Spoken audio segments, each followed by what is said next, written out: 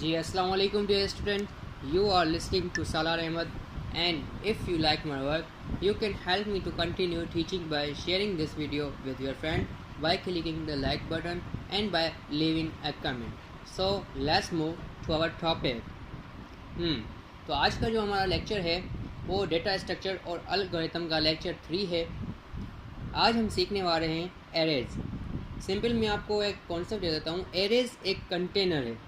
Arrays क्या है? एक कंटेनर है जो मल्टीपल वैल्यूज़ हम जिसमें स्टोर कर सकते हैं। हम मल्टीपल वैल्यूज़ स्टोर कर सकते हैं एक सिंगल टाइप की। सिमिलर टाइप, जो सिमिलर टाइप होते हैं ना, उसकी मल्टीपल वैल्यूज़ हम स्टोर कर सकते हैं। और वो किसकी मदद से करते हैं? एरेज की। एरेज की मदद से हम मल्टीपल वैल्यूज़ स्टोर कर सकते हैं एक ही टाइप की। फॉर एग्जांपल हमें इंटीजर की वैल्यूज़ स्टोर करनी है तो हम कैसे करेंगे? जो हमने पहले पैटर्न सीखा है वो क्या है? इंटीजर पहले ए डिक्लेयर करेंगे, फिर उसके बाद बी डिक्लेयर करेंगे, देन ऐसे करते जाएंगे। बट अगर हमें एक ही साथ 10 वैल्यूज़ या ऐसे समझ लें 1 लाख या 1000 अगर वैल्यूज़ आपको स्टोर करनी हो तो क्या आप ऐसे यही मेथड ट्राई करेंगे? बिल्कुल नहीं। इसमें बहुत टाइम वेस्ट होगा और ऊपर से आपकी जो मेमोरी स्टोर है वो भी ज़्यादा स्टोर लेगी। तो इसकी वजह से एरेज बनाया गया ताकि हम मल्टीपल वैल्यूज़ एक ही टाइप की स्टोर करा सकते हैं। तो इसमें मैंने डेफिनेशंस कुछ दी हैं। तो पहली तो ये डेफिनेशन होगी, an array is a collection of a similar data type and store the multiple values. ठीक है। और यहाँ पर जो मैंने डेफिनेशन दी हुई हैं वो डेफिनेशन आप देख लें। An array can be defined as an infinite collection of homogeneous कहते हैं सिमिलर टाइप को, homogeneous element.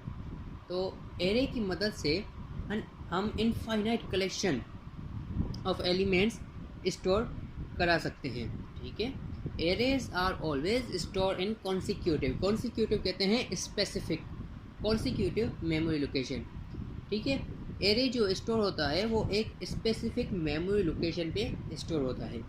Array can be store multiple values which can be reference by a single name. जैसे कि मैंने आपको समझाया कि एरे हम क्यों यूज़ करते हैं, मल्टीपल वैल्यूज़ को स्टोर कराने के लिए।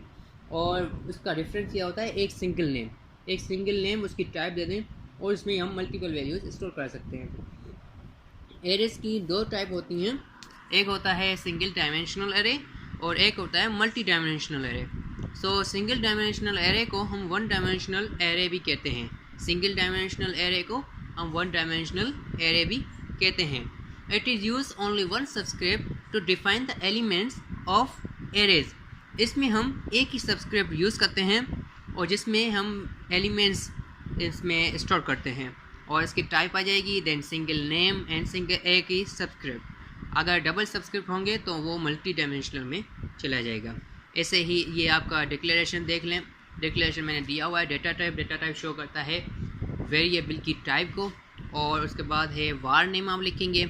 वार नेम आपका शो करेगा नेम ऑफ अ वेरिएबल का क्या नाम आप रखना चाहें।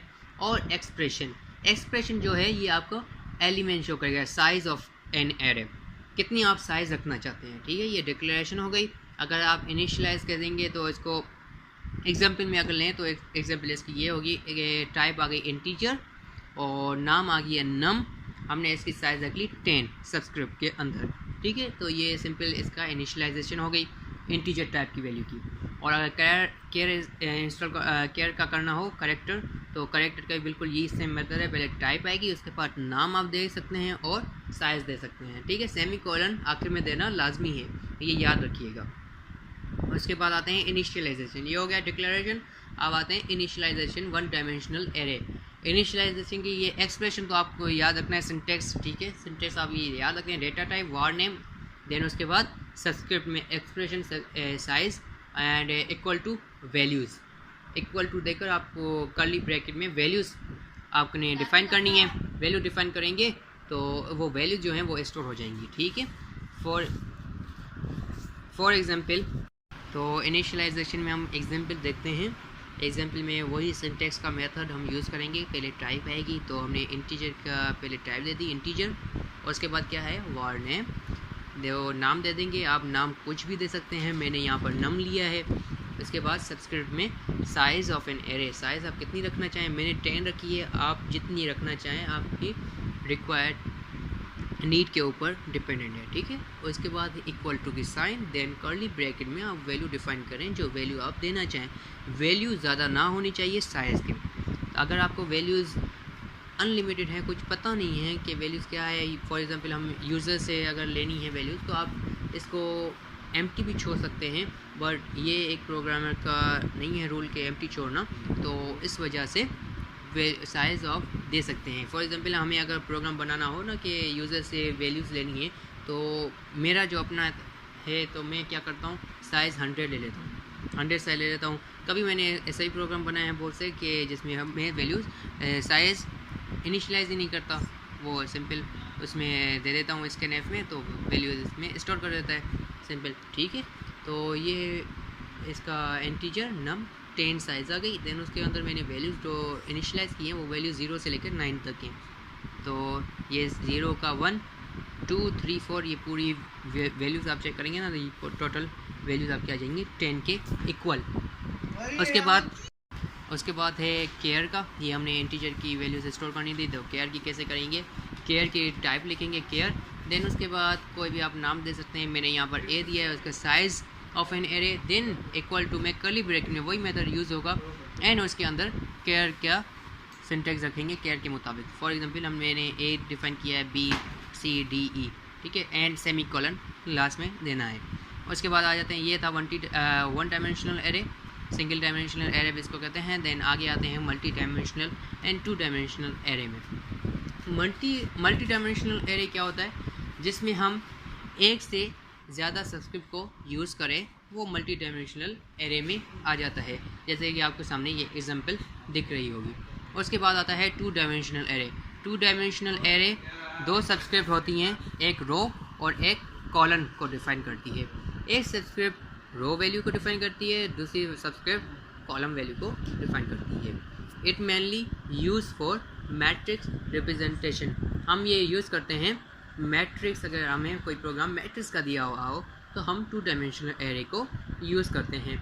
इसकी डिक्लेरेशन बिल्कुल सिंपल है, वही सिंटैक्स है एरे का, जिसमें सब्सक्रिप्ट 2 आ जाएंगी, एक होती है रोज़ की, फर्स्ट जो होती है सब्सक्रिप्ट वो रोज़ की होती है, और सेकंड क्या होती है, कॉलम की, सेकंड क्या होती है, कॉलम की, ठीक है। एग्जाम्पल में हम देखते हैं, जैसे कि एग्जाम्पल लिए मैंने इंटीजर नम कोई भी आप वैल्यू देख सकते हैं, मैंने नम ली है, देन रो में मैंने रखा है 3 एंड कॉलम में मैंने रखा है 2। अब चलते हैं इनिशियलाइजेशन में 2D एरे की, तो उसमें इनिशियलाइजेशन में बिल्कुल सेम सिंटैक्स है, simple data type var name, then rows columns equal to में वैल्यूज़ दे देंगे। फॉर एग्जांपल इंटीजर नम 3 आ जाएगा रोज़, 2 आ जाएंगे हमारे कॉलम, देन उसमें वैल्यू मैंने डिफाइन कर ली है 1 से लेकर 6 तक।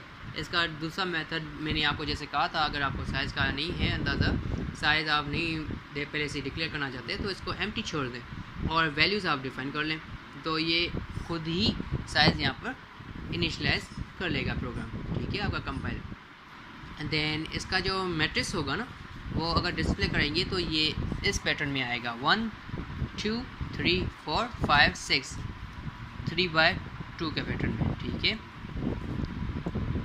इसकी जो फर्स्ट वैल्यू है वो कहलाती है 0 0, देन उसके बाद 0 1 1 0 1 1 2 0 2 1, ये इंडेक्स है।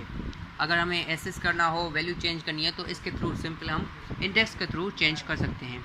जैसे कि एक मैंने प्रोग्राम लिया है, write a program to read and write 1 dimensional array.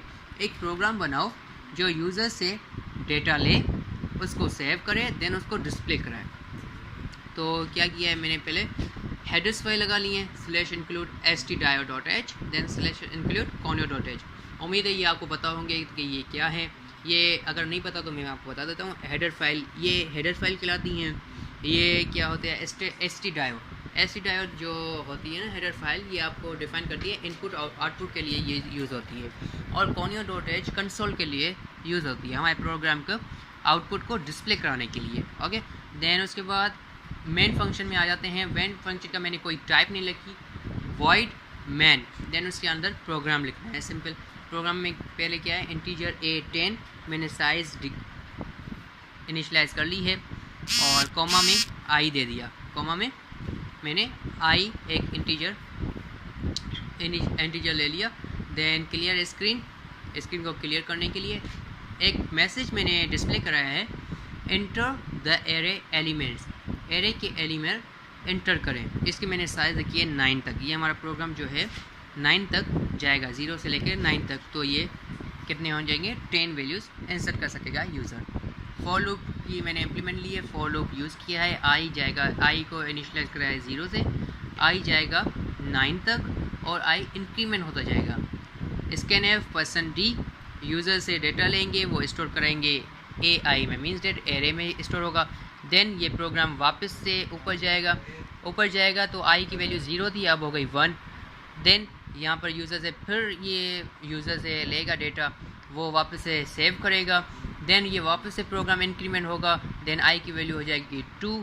Then ये वापस से यूज़र से डेटा लेगा, वो स्टोर करेगा एरे में। देन ये वापस से इंक्रीमेंट हो जाएगा, इंक्रीमेंट होगा, ये हो जाएगा 3। चेक करेगा कंडीशन सही है, अगर condition 3 less than equal two means that 9 भरा है अभी भी, तो ये कंडीशन ट्रू है, ट्रू हो गई, नीचे आ गया। देन वापस से डेटा लिया, ये ऐसे ही करता जाएगा जब तक प्रोग्राम टर्मिनेट नहीं होता, कंडीशन फॉल्स नहीं आ रही। कंडीशन फॉल्स आएगी तो प्रोग्राम नीचे चला जाएगा। और क्या नीचे मैंने डिस्प्ले किया हुआ है, एक स्टेटमेंट डिस्प्ले कराई है, द इंटर्ड एरे इज़, जो यूज़र ने एरे दी है वो ये है। फिर उसको भी फॉर लूप में रखा है, आई को 0 के बराबर किया है और आई को 9 तक लेकर गया हूँ और इंक्रीमेंट कराई है। उसके अंदर मैंने लिखा है कि %d सिंपल ए को प्रिंट कराना है। प्रिंट के लिए अगर कोई स्टेट में हमें प्रिंट करानी होती है, प्रिंट यूज़ करते हैं डिस्प्ले करने के लिए, तो प्रिंट एफ में %d और /n न्यू लाइन में आ जाए, जो वैल्यू पहले 1 अगर दी है तो 1 आ जाए, देन नई न्यू लाइन में चला जाए। देन अगर कोई भी वैल्यू दी है ऐसे ही न्यू लाइन में प्रिंट करे वैल्यूज़ को, ठीक है। तो ये था सिंपल प्रोग्राम रीड और राइट का।